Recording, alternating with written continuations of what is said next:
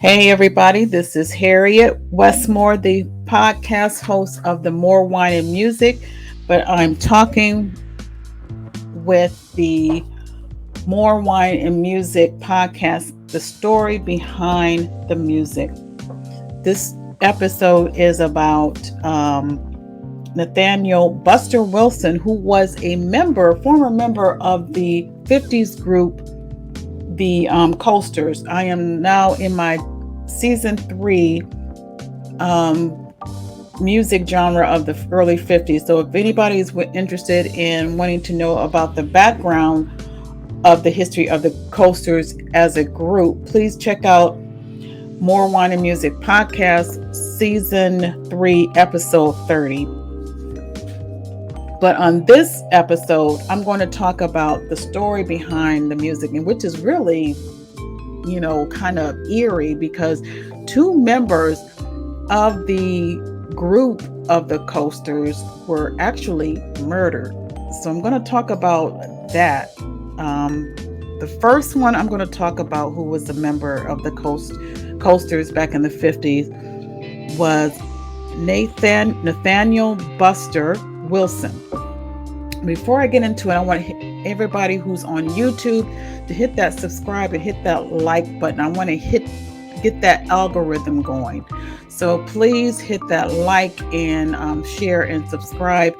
And also check out prior episodes of various groups of various genre on the More Wine and Music podcast, which is available on all podcast platforms: Spotify, Apple Podcasts, Player FM, and the like. So just, if you want to know more about the group itself or artists from the early genre of American music, please subscribe to the podcast.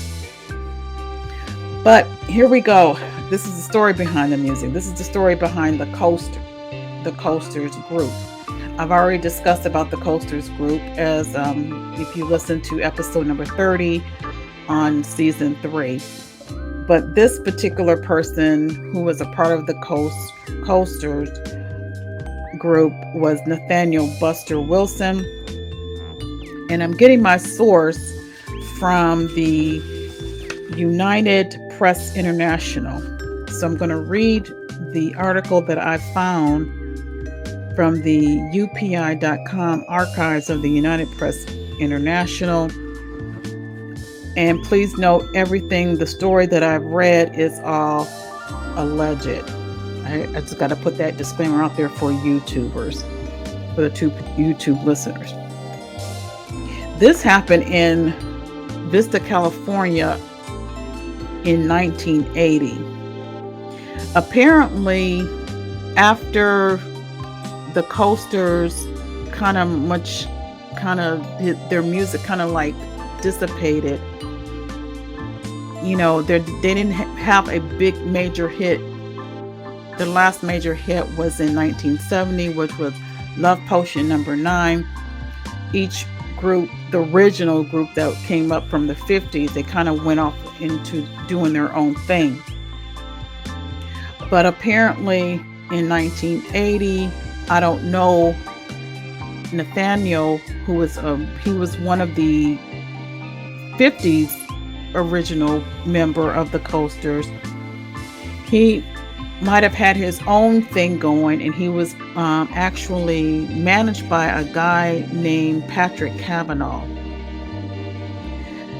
Apparently, Cavanaugh was in some kind of scheme. He was in some kind of furniture racket in Vista, California. And what he was doing, he was basically bilking dealers out of huge amount of money in a furniture racket.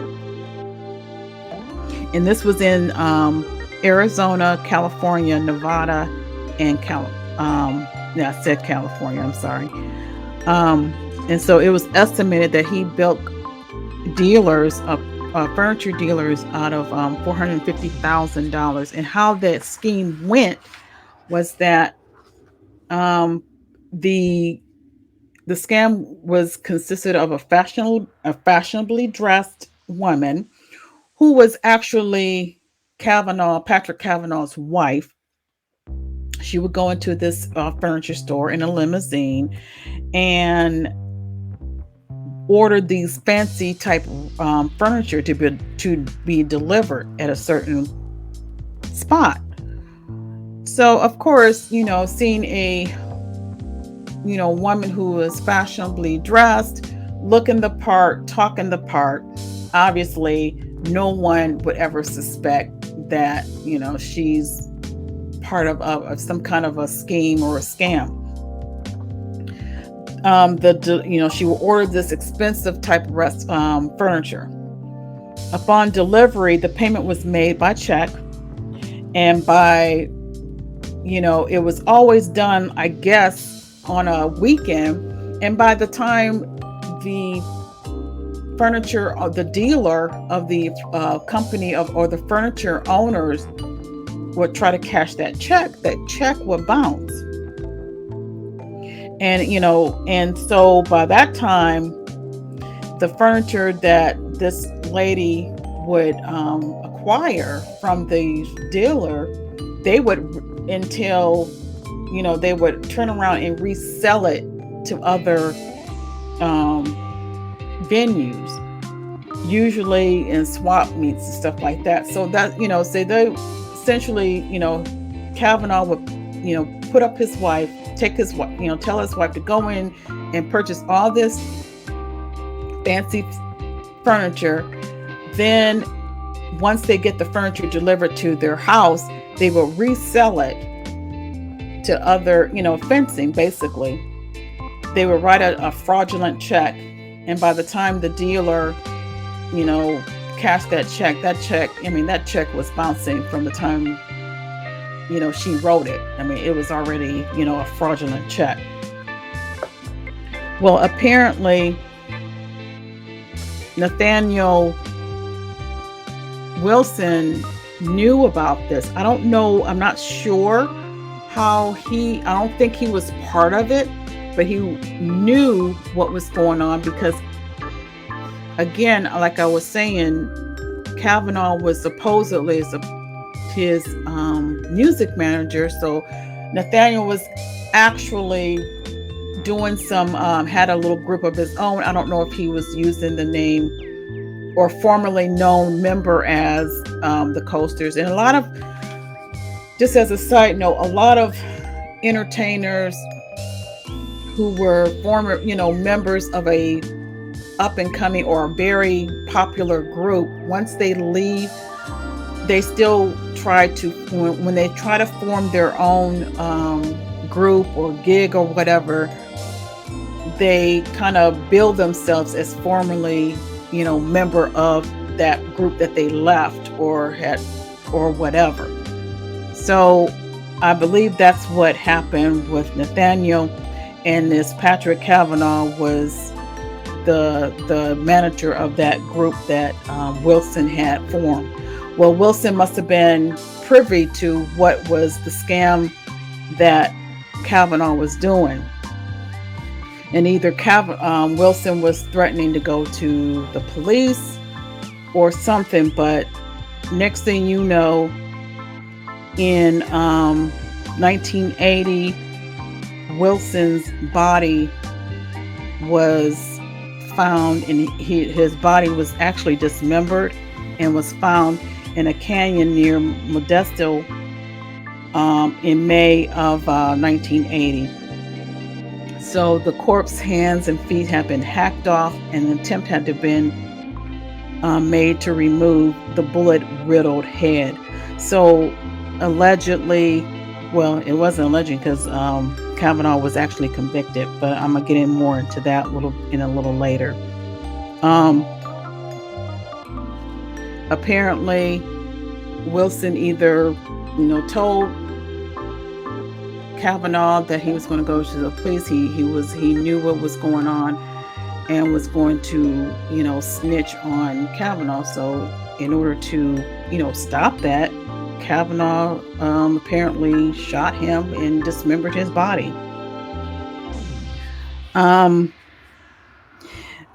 part of that ring that scam that was going on. Besides Kavanaugh himself, it was his brother-in-law and the woman that was who would go in and purchase these furniture, these high class, high dollar furniture, was his fourth wife, who was named Diana Lee, and she was actually a former Vegas stripper. So after further investigation, Kavanaugh, the brother-in-law, and his fourth wife were formally charged for conspiracy, forgery, theft, and burglary. And after, during the investigation, they found out that Kavanaugh was actually bilking furniture companies of approximately $450,000 of furniture from different companies. And this was back in 1980. So, obviously, as the police does, as an investigation, they kind of try to find the weakest link in the group, and whoever is committing a crime or whatever. If it's co-defendants, they try to find the weakest link to turn on the other. And so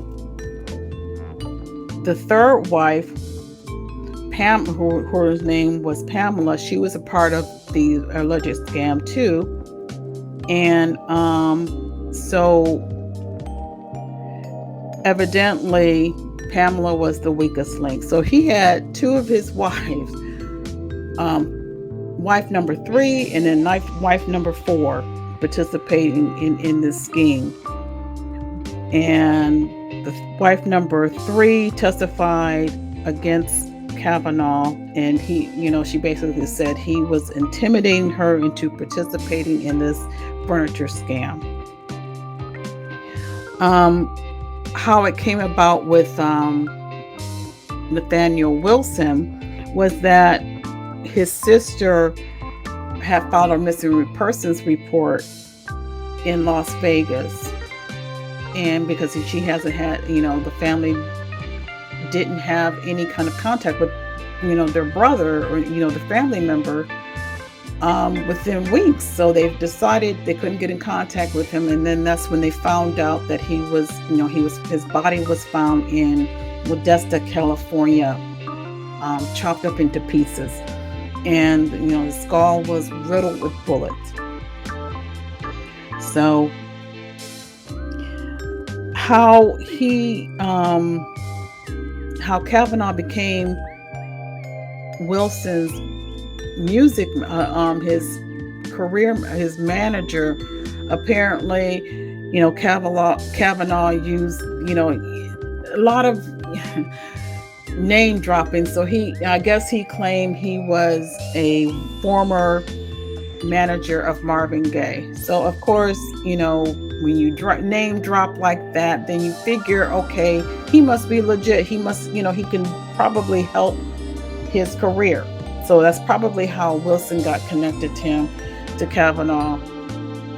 Kavanaugh, name dropping and using Marvin Gaye, and maybe he was. I don't know. But still, Kavanaugh was obviously doing other things behind the scenes other than being a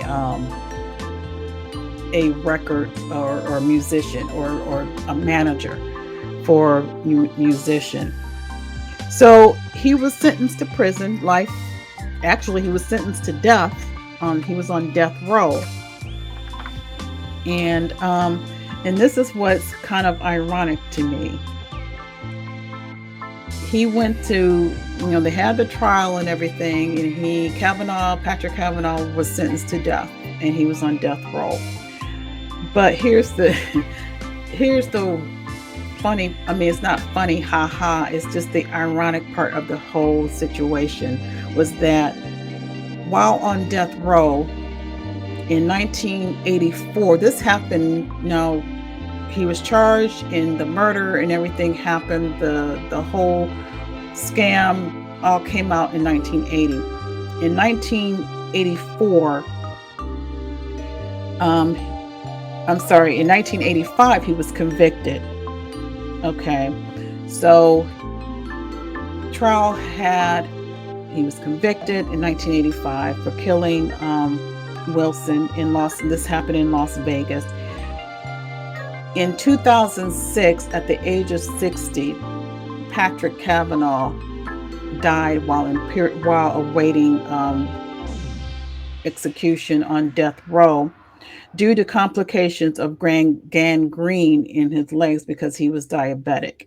And subsequently, his family received the same amount that he allegedly scammed furniture, during his scheming days of scamming furniture out of bilking money out of furniture dealers. $450,000. How ironic is that? This man bilked $450,000 of furniture fraudulently, but yet his family sued the state of Nevada for $450,000 and won because of the fact that it was asserted that Patrick Kavanaugh was not given the treatment for his legs that became gangrene due to him being diabetic. The correctional institution, the prison, refused treatment. So his family sued. He ultimately died. He was at the age of 60. So the family sued, and the state had to pay up. They paid the $450,000, which I find that is pretty ironic. Here he scammed people, furniture, was in a business, a legitimate furniture business, out of $450,000, but yet his family received $450,000 for his death while in prison. So I don't know, whatever became of if Nathaniel Wilson's family ever filed civil suit against the Kavanaugh family. I couldn't find anything further information for that. So that's one member of the Coasters' death. Nathaniel was was known that sang, and he was the bass voice on the songs Yakety Yak and Charlie Brown. If anybody who's familiar with the Coasters song, that was the booming bass. The booming bass was Wilson. All right, that's him. Now let's go to 10 years later. 10 years later, you guys. Wilson died in 1980. Now, another Coaster member died in 1990 by homicide, and his name was Cornelius Gunter. Later, he shortened his name and was called, he wanted to be named as Cornell. Cornell, now let me give you, for him, I'm going to give you more of his background, and because he's, apparently he belonged to, he was a member of a lot of groups, particularly in the 50s. So he was pretty well, versed in different groups before he ultimately became a member of the Coasters. So Cornell Gunter was born on November 14th in 1936, and he was a well-known rhythm and blues singer between the 50s and 60s. He was members of the Flares, the Coasters, and actually before he became a member of the Coasters, he was a member of the Platters. And he also played, he was also a part of the group of the Coasters when their song Yakety Yak and Charlie Brown came out.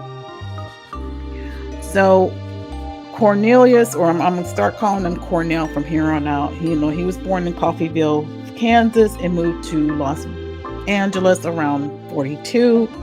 And he studied at Jefferson High School. He became part of the original Platters, the group The Platters, in 1952. At that time, before they became the Platters, they were known as the Flamingos. And, like I said, back in those, the early 50s, I mean, they changed their names more than, changing your underwear. I mean, there were the Delphonics, there was the Platters, there were the Flamingos, this is all all these names, the Debonaires, and all these, it just, when I start, when you read this stuff, it's like, it's kind of funny because they had all these names before their major breakout hit. Prior to that, they had recorded under all these other names. So, but Cornell left the Platters, and then he joined the Debonaires, and then he sang lead on a song called I Had a Love. And then under that song, he sang as the Hollywood Blue Jays. So, okay, let's just kind of bring it up a little bit further up in years. He was also a part of the Ink Spots, which was in 1957. And it was claimed that he was the piano player of the lead and the lead vocalist on the group The Penguins, whose hit song was Earth Angel. The song Earth Angel, Earth Angel. That was so-called, this was claimed as he was claimed as the pianist and the lead vocalist on that. But after he left the Coasters, he still performed, in more intimate, not, famous crowds as he was when he was with the Coasters. So he would play like in these, little lounge or club type, smaller venues, in other words. And so he, I guess, he became really popular among the Las Vegas scene on the Strip. He was very talented, and he would was very talented and very flamboyant on his performances, and these venues in Las Vegas clubs and stuff, the audience would love him. But here's what happened in early of 1990. He was trying to go beyond the Las Vegas, show, the Las Vegas spotlight in the shows and those, because if you're a star on Las Vegas Strip, you're basically singing in those little cocktail lounge or anything like that. But he's trying to kind of go beyond that and was trying to make a comeback. But in early 1990, as he was trying to make that comeback, on February 26th, while he was at an intersection in Las Vegas, an unknown black, he was described as a thin-built black male, came up to his vehicle, and some kind of, I don't know what happened, but some kind of argument ensued. And next thing you know, this guy, unknown assailant, shot Gunter in the head twice while Gunter was sitting behind the steering wheel at the intersection. He tried to speed away, Gunter did. Even though he was wounded, he did try to drive, get away and drive, but he unfortunately succumbed to his injuries, and he drove into a brick wall, and the killer, whoever he was, ran off. Apparently he was not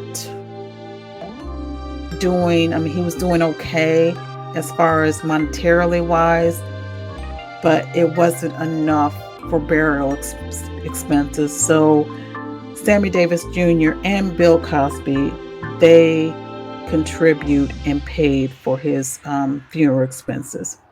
And he's now interred in Inglewood, California.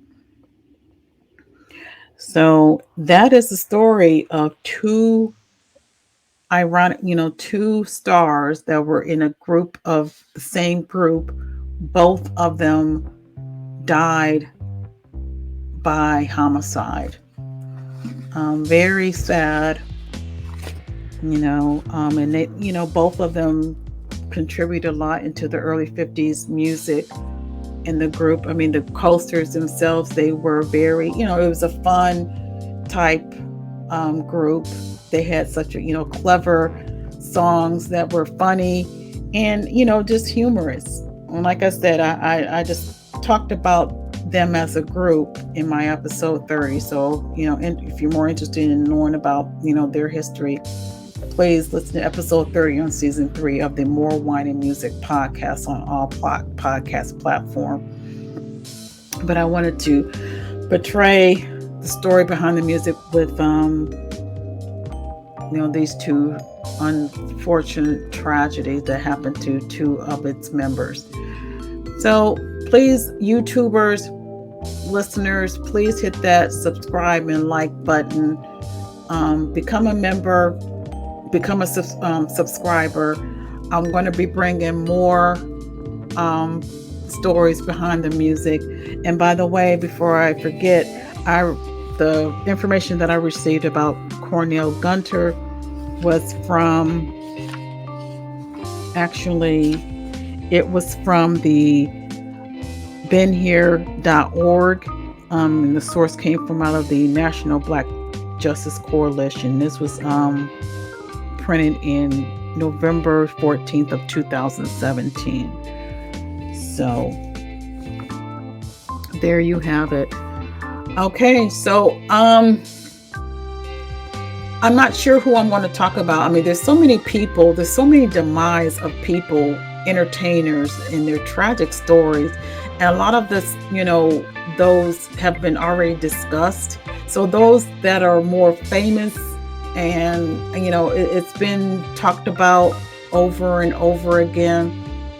But there's one in particular, even though his story, his, alleged of what happened to him and how he died, it's been talked about to death. But there's something about this guy that I don't know. I'm just a fan of his, even though I was only about 3 years old when he actually passed away. But his life is just fascinating to me. And I barely remember, him as a kid. I used to see him on TV. And so I'm going to probably, even though it's been talked about to death, but I still got to put my spin on it because I am a huge fan of him. And this is Jimi Hendrix. So I will be, talking about the 24 hours or the day that he passed away and all the conspiracy, all the alleged theories of what actually happened to him. Everybody speculates how he passed away, but so I'm going to put in my 2 cents because I read, different books about his life and different, looked at different documentaries about what actually happened and their particular spin on how he what might have really happened, if he was actually murdered or he actually just OD'd on and choked on his own vomit because of he was because of what he had ingested the day before. So I do have to talk about, Hendrix, because I mean, I don't know. I've always had a fascination about him. I don't know why. Like I said, I was only 3 years old when he actually passed. So, but anyway, so there you have it. I'm going to talk about Hendrix the next time. And also, I want to talk about who I haven't heard, too many lately. And I'm not sure, there's probably YouTube stories about him, but I also want to talk about the story of what happened to Otis Redding when he, in that terrible plane crash. That's another story I want to talk about, because because it happened like 2 days before, well, a day before my birthday. My birthday is December 12th. And unfortunately, the plane crash, I believe, happened on December 11th of 1967. So it was right before my 1-year-old birthday. So I will be talking about Otis Redding in the day that he met, that he, in his unfortunate demise, him and the members of his group that passed away by plane crash. All right, you guys, I will upload another video or two soon. It'll be Hendrix, and then I'll be talking about Otis Redding. So you guys take care, stay safe, and peace out.